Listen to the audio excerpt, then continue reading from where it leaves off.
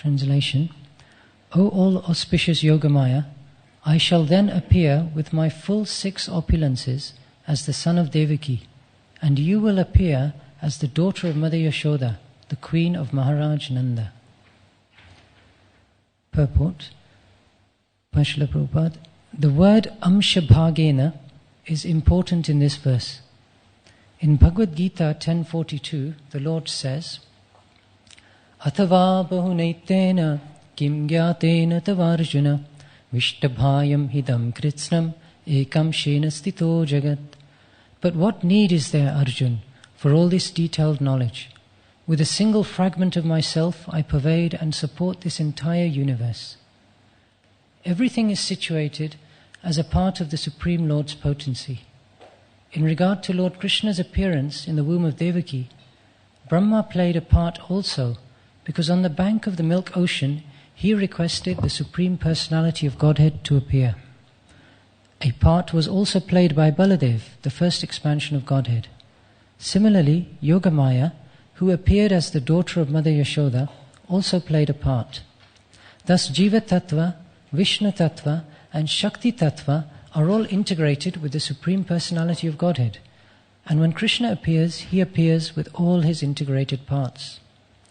As explained in previous verses, Yogamaya was requested to attract Sankarshan, Baladev, from the womb of Devaki to the womb of Rohini, and this was a very heavy task for her.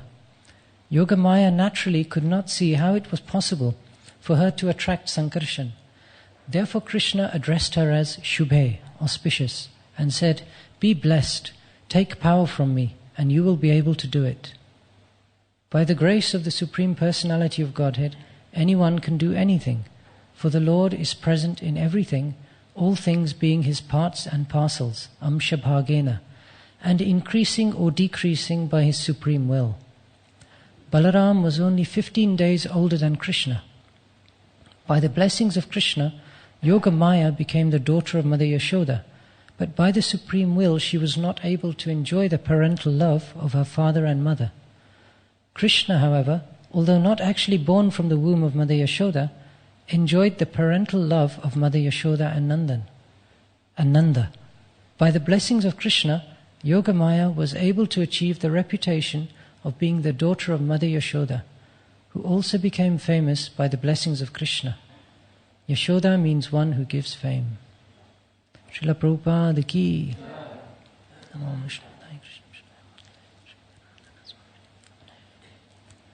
So it might be helpful just to read the previous 2 verses. The Lord, in text 7, the Lord ordered Yogamaya, my potency, who are worshipable for the entire world, and whose nature is to bestow good fortune upon all living entities, go to Vraj, where there live many beautiful cowherd men and their wives. In that very beautiful land, where many cows reside, Rohini, the wife of Vasudeva, is living at the home of Nanda Maharaj. Other wives of Vasudeva are also living there incognito because of fear of Kamsa. Please go there.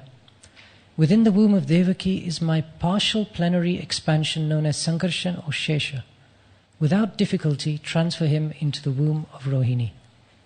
And then today's verse, O all auspicious Yogamaya, I shall then appear with my full 6 opulences as the son of Devaki, and you will appear as the daughter of Mother Yashoda, the queen of Maharaj Nanda.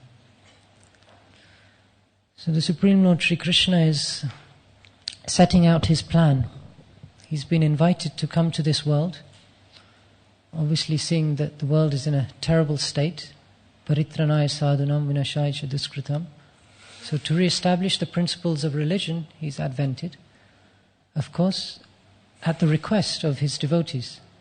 So the demigods all complained. The demigods, Mother Earth, they went to Lord Vishnu to complain that the situation on earth was very, very bad and that people were struggling. The righteous Brahmanas were oppressed. Society as a whole was being led by these demoniac kings under the care of Jarasandha and Kamsa. And the petition they made was accepted by the Lord, and he agreed to Advent. And now this is the whole preceding Leela before the Lord actually appears.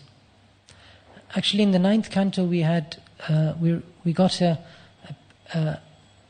an indication of the whole lineage in which Krishna comes. And there an entire tracing is given of the different families, the dynasties of the moon, the dynasties of the sun, eventually all working up to the point where Krishna appears. And obviously when Krishna appears, he doesn't just appear. He comes obviously with a big fanfare. Previously he's instructed all the demigods and their wives to take birth amongst the members of the Yadu dynasty and to assist him in various pastimes. And now in order to prepare the womb of Devaki, Balaram is appearing as the seventh child. And this gives us an indication of Balaram's important position in terms of facilitating anything that the Lord does. Now, Prabhupada is very careful to mention in his purport that many, many persons are involved in this whole Leela. He says, a part was played by Brahma and the demigods, as we discussed. A part was also played by Baladev, the first expansion of Godhead. Similarly, Yogamaya, who appeared as the daughter of Mother Yashoda, also played a part. So Prabhupada mentions that Jiva Tattva, Vishnu Tattva and Shakti Tattva are all integrated with the Supreme Personality of Godhead. And obviously when he appears, all of these parts appear with him. So it's very important, these three aspects, because these three aspects are also exactly what Srila Vyasadeva contemplated in his vision, right at the start of the Srimad Bhagavatam. Initially, after Vyasadeva composed all the Vedic literatures, the Itihasas, the Puranas, and he was feeling a great deal of dissatisfaction. We may be surprised, why does one feel dissatisfied after compiling Vedic literature? Well, this is a dissatisfaction which is on a transcendental level. It is a vision which sees that despite having so much information, knowledge, techniques for material progress, there is actually very little there that will directly, without ambiguity, induce one to surrender to the lotus feet of Krishna. So in this mood, he receives the mercy of Narad Muni, who comes to his cottage and who discusses with him and encourages him to contemplate within himself. After Narad Muni leaves, after describing his own journey as a devotee, Srila Vyasadeva does indeed enter into this contemplation. And it's described he sees the Supreme Lord. In the core of his heart, he sees the Supreme Lord along with his external energy. Prabhupada explains that the jivas, the living entities, were also part of that vision. So here we have the three components again: Vishnu Tattva, Shakti Tattva and Jiva Tattva. Of course, in that contemplation of Vyasadev's, his main focus was the external energy. And here the main focus is Yoga Maya, the yoga version of Maya, which is termed as the internal energy. Now, in one sense, they're the same. But we have to be very careful when we mix up different types of descriptions in a single discussion. Yes, we understand that the Lord's energies ultimately all emanate from Him. He's the supreme energetic and He has unlimited energies. Parasya Shaktir Vididhai Vishruyate. And His internal potency, which here is Yogamaya. Obviously His internal potency has many aspects, the pleasure-giving, Ladini potency. But here specifically, the Yogamaya aspect is being described. And Yogamaya manifests in a very unagreeable form for the non-devotees. That is, of course, Mahamaya. So while Yogamaya and Mahamaya are actually the same, they're the energy of the Lord, in the way they manifest, there is a complete difference. And it is very important for practicing devotees to start off with a clear understanding of that difference. Prabhupada emphasizes it constantly. If we take shelter of the external energy of the Lord, we will simply be in this world going round and round in circles, literally. Because the mode of transmigration is described as a circle, as one transmits from one body to another body, to another body, to another body. One who is sure to die, one who has died is sure to take birth again. And as soon as one takes birth, one grows, one produces some effects, one dwindles, one dies, and then one takes birth again. This is the cycle which takes place in the material world. And that cycle is presided by Durga Devi, Mahamaya. So in some verses near this one, it's described how Maya Devi will accept different names. And she'll be worshipped in this material world because she has the ability to fulfill people's desires. So they naturally will turn to her. So that's why if you go to India, if you visit most places, you'll see a Durga temple there. And she's known as by different names in different parts. That's coming later, so I won't go into that. But she is a form of the Lord's internal potency, which is external because her purpose is to bewilder. Her purpose is to bewilder and cover the living entities. That's her job. Srishti Sthiti Pralaya Shadana Shakti Rekha. So she is in charge of creation, maintenance, dissolution, as the Brahma Samhita says. And she's known in this world as Durga. Chayeva Yasya Bhavanani Bibarti Durga. Chayeva, she's a shadow of the true internal potency. So the internal potency can do tremendous work, tremendous service for the Lord. And Yogamaya is now being given a task. She's been assigned a service by the Lord. And we've been hearing about the glories of Baladev. She's been assigned a service which is very serious, very heavy. Baladev is a serious personality. There are many occasions when different individuals have crossed Baladev's path in the Srimad Bhagavatam, and they didn't survive too long after that. He's a very powerful first expansion of the Lord, as Prabhupada says here. He's the first expansion of Godhead. Essentially non-different from Krishna, but just the servitor form of Godhead. So here is Yogamaya, the energy of the Lord, wondering, how can I move what is essentially the energetic? I've been asked to transport Baladev from this womb to the other. How can I possibly do that? It's just not possible. A parent can very easily pick up their child and take them from one place to another. But if the child is asked to lift their parent from here to there, it's a daunting task. And this is exactly what Yogamaya is thinking. But just to reassure her, Krishna says, "O auspicious one, there is nothing that you will not be able to do if you are not empowered by me. Through my empowerment, anyone can achieve anything." So he is essentially giving the request, and through that request, empowerment also comes. And that's exactly the same principle that we also follow and understand. In our spiritual life, sometimes we may be given a mission or a task, something to do, and it could be overwhelming. I mean, in one sense, each one of us has been given an overwhelming task to assist Lord Chaitanya in his mission. That's nothing small. Lord Chaitanya appeared in that, as you see in the beautiful picture there, with Lord Nityananda with his associates, the Panchatattva. We take their mercy, their blessings before any attempt to chant the holy name.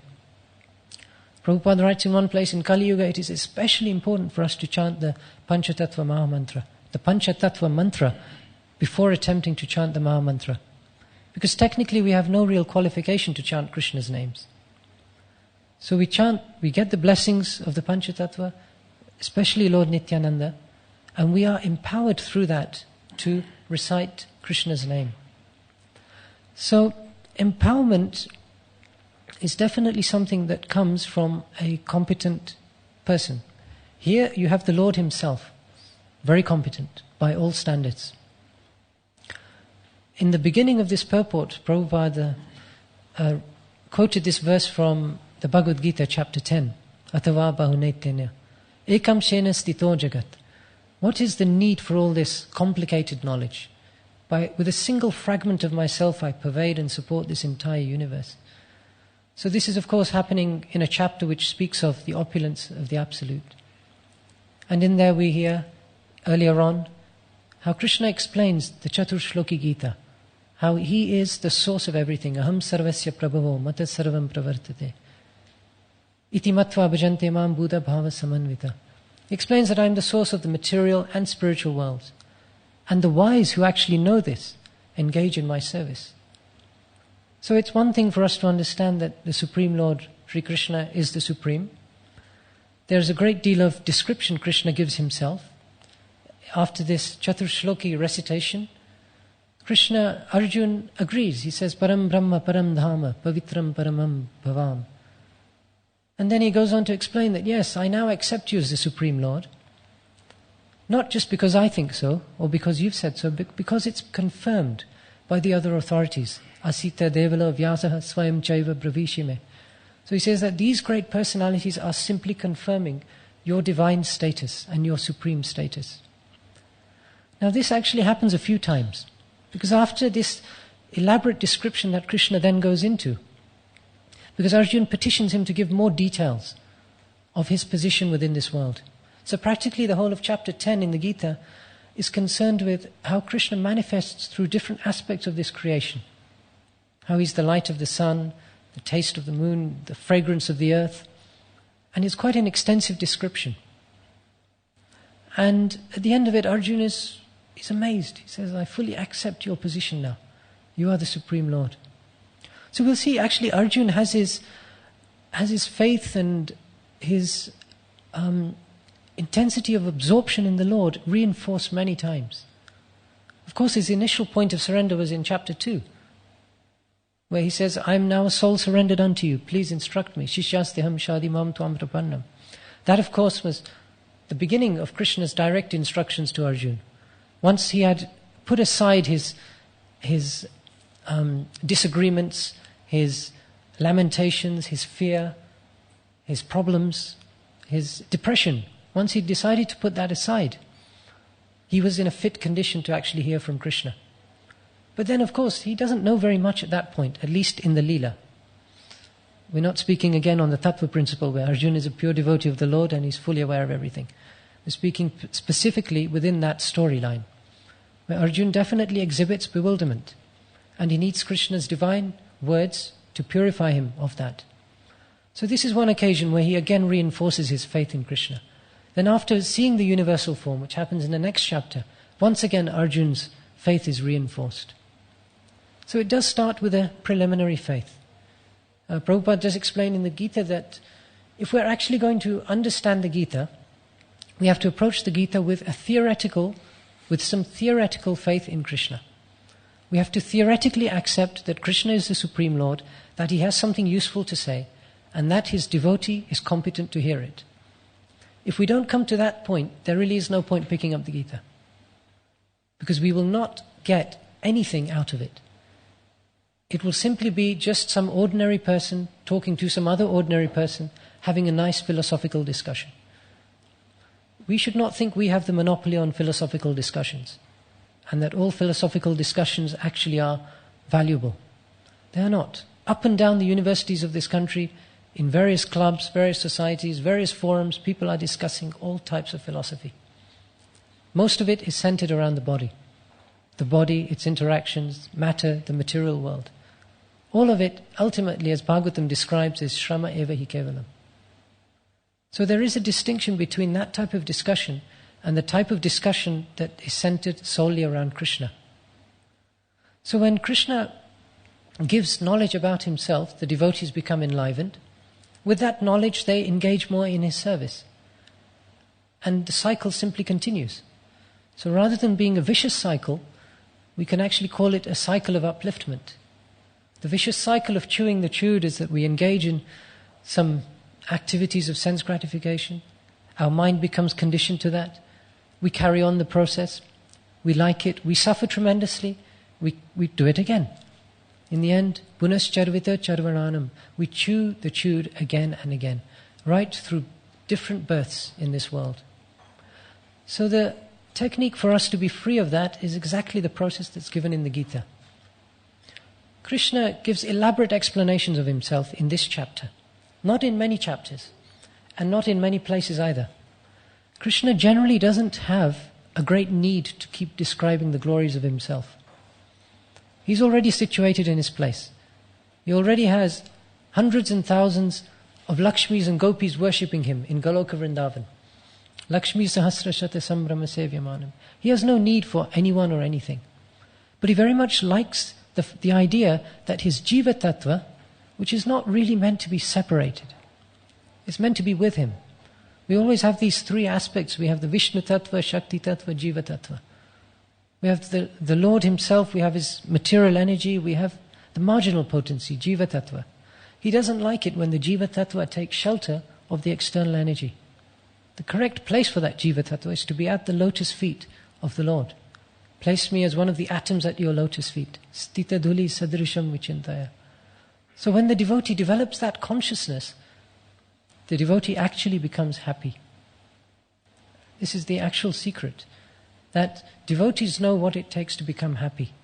They know that by trying to lord it over material nature, and by trying to increase their own glories and fame and prestige in this world, they will not actually become happier.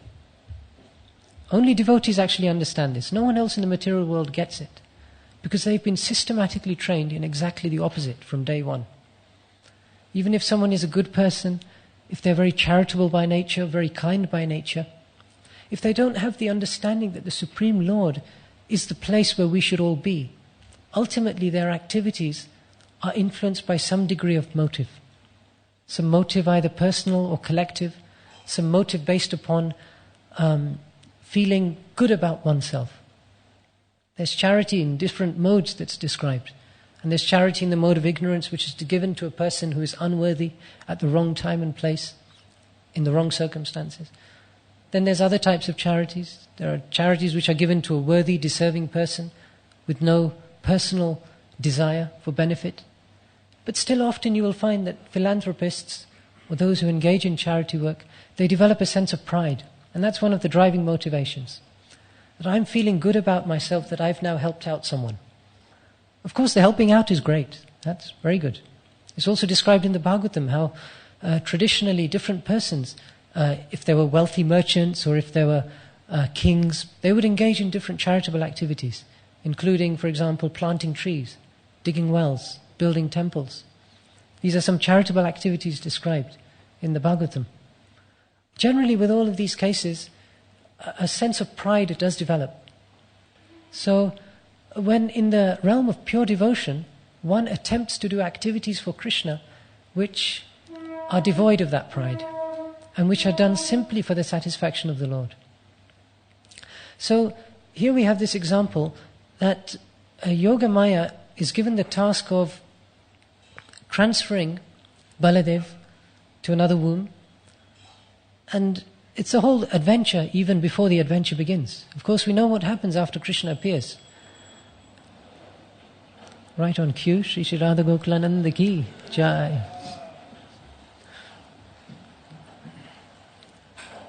When he appears, there's a whole fanfare. The demigods are already appearing in different hidden forms to actually worship Krishna as soon as he appears in the womb of Devaki.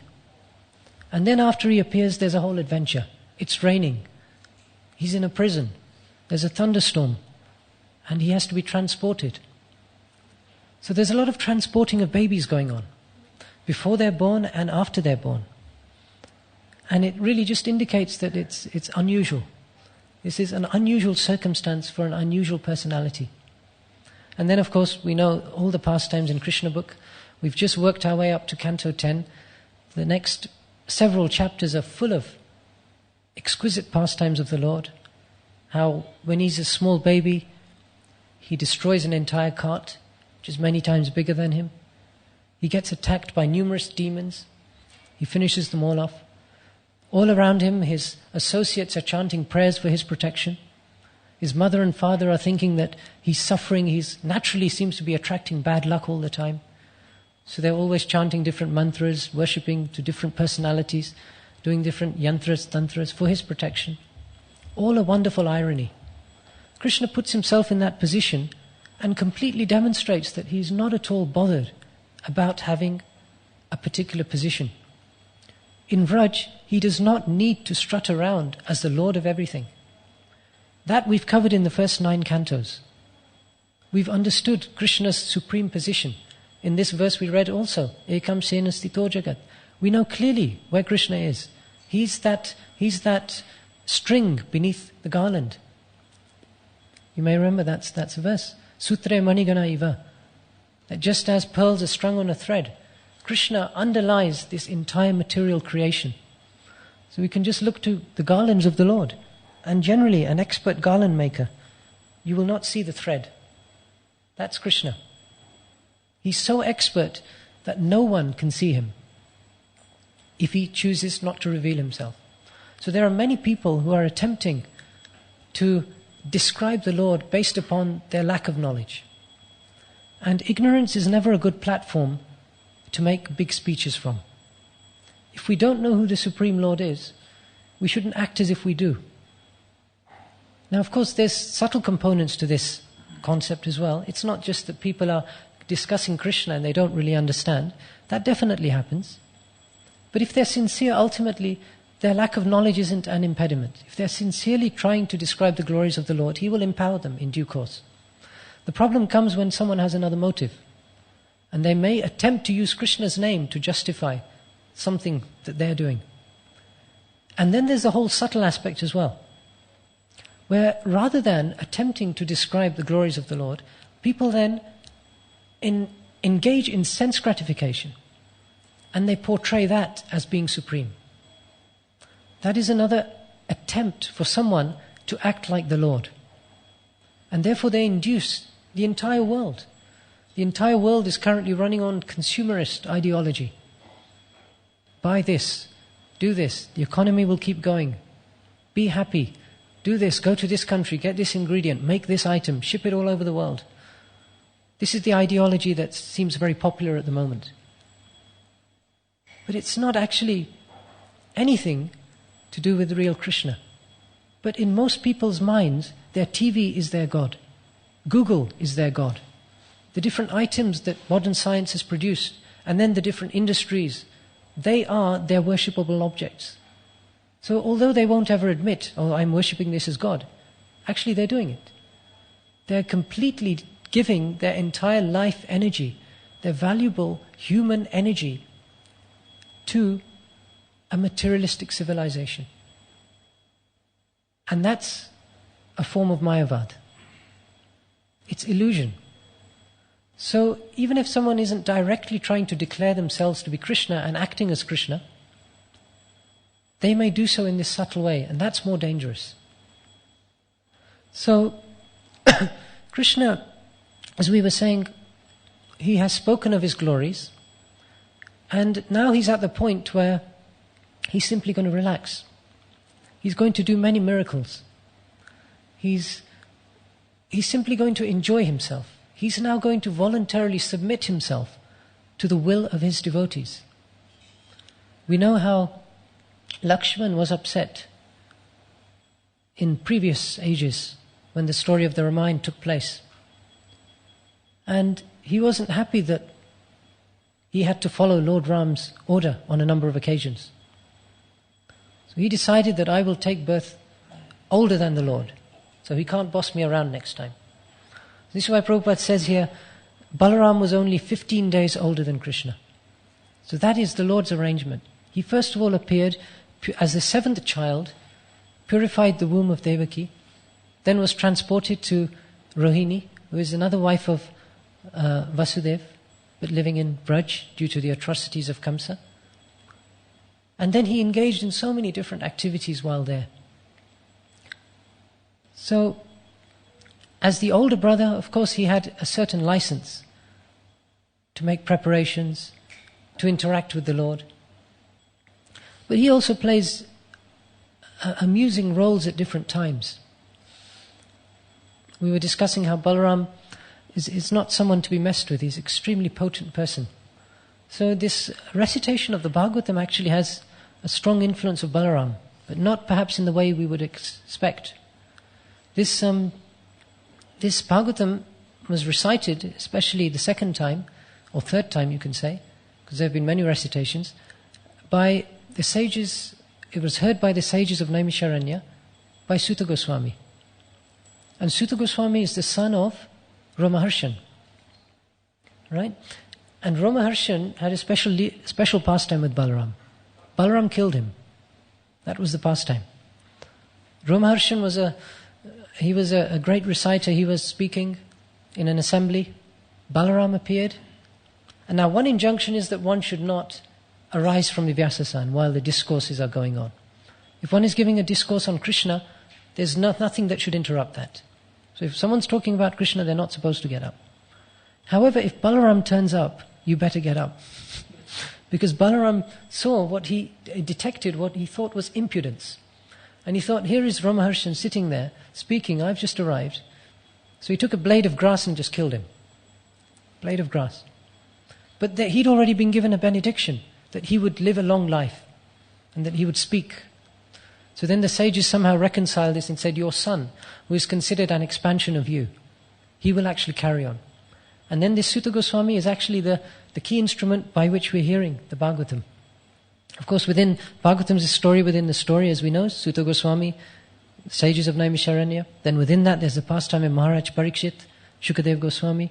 Within that, Shukadev Goswami describes the stories of Maitreya Muni, Vidura, the pastimes of Uddhava.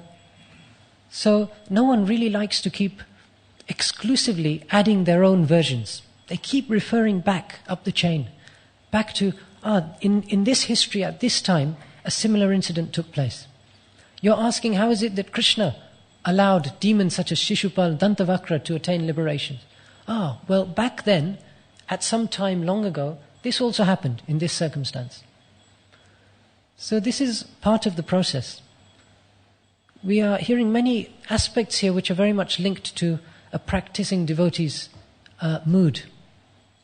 We've heard how everyone plays a part. We all play a part in the Lord's mission under the invite of a pure devotee, Srila Prabhupada. We all play a part. We have our different roles. We conduct our roles. We are engaged in service. Requests are made of us. And those making the requests are also meant to be empowered to give us the strength to carry out those requests. Some of Prabhupada's disciples were given pretty big requests. Go to Russia, start the movement there. Go to China. Go to Africa. Quite big. Our requests might be perhaps not in that category. They might be, we need you to do an extra day's deity service this week. That could be the request. Or we need more flowers. Or there's no one to serve the breakfast. Can you come? Or can you do another day on the streets? These are likely to be the types of requests we'll get. But in spirit, there's no difference. If we actually accept those, whatever the difficulties are, and as long as the person or the process that's making that request is empowered, there's no way we will lose out under any circumstance. We stand to advance from any service that's rendered. Yogamaya is given such a heavy service here. And as in future verses we'll see, she accepts the order on her head with the word Om, fully intending to carry out the order. So this also has another parallel in terms of it's the mood that one takes when receiving instructions from the spiritual master. There's a whole parallel with the acharyas they make with this verse, that this is how an instruction is given to a disciple. A disciple is given some instruction, they're normally bewildered. How will I do this? But if they surrender to the instruction, they're also empowered to carry it out. And as I was mentioning in the beginning, we have all been given an instruction by Sri Chaitanya Mahaprabhu himself, that we have to try to make every single person in this world Krishna conscious. Now that's a tall order. There are something like 6-7 billion people in this world. We have a lot of work to do. It's a big order, but the empowerment is there. Krishna is not just there smiling with his beautiful garland, with his devotees, all chanting before him every day. He's the source of inspiration for every single person. And the inspiration of the Lord ultimately keeps one going in spiritual life. So perhaps we can accept the order of the Lord on our head, just as Yogamaya does in this verse. And we can try to act as the instrument that will assist him in his mission. So I'll stop there. If there's any questions, comments?